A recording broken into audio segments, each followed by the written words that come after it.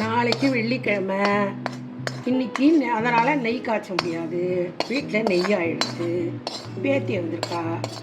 சரி இன்றைக்கே நெய்யை காய்ச்சிடுவோம். நெய்யை காய்ச்சினேன்னா நெய் மணத்துக்கு வந்துட்டாக 2 பேரும். பாட்டி நெய் கசண்டு மாவு. உடனே பாட்டி சும்மா இருப்பாளா, நெய்யெல்லாம் எடுத்து எண்ணத்தில் வடித்து வச்சுட்டு நெய் கசண்டு இல்பச்சட்டியில் ஒரு கரண்டி கஞ்சி மாவு, ஒரு கரண்டி கோதுமை மாவு, அரை கரண்டி கேவரு மாவு, அரை கரண்டி பச்சை மாவுப்பொடி எல்லாத்தையும் போட்டு அது கொஞ்சம் நல்லா செவக்க வாசனை வர பெரட்டிட்டு, அதுக்கப்புறமா ஒரு 2 ஏலக்காயை பொடி பண்ணி போட்டுட்டு கேனத்தில் எடுத்து வச்சுருக்கேன். குட்டி குட்டியாக உருண்டையாக பிடிச்சி கொடுத்துருவேன். ஆக மொத்தம் இன்றைக்கி கொண்டாடியாச்சு லீவு நெய் கசண்டு.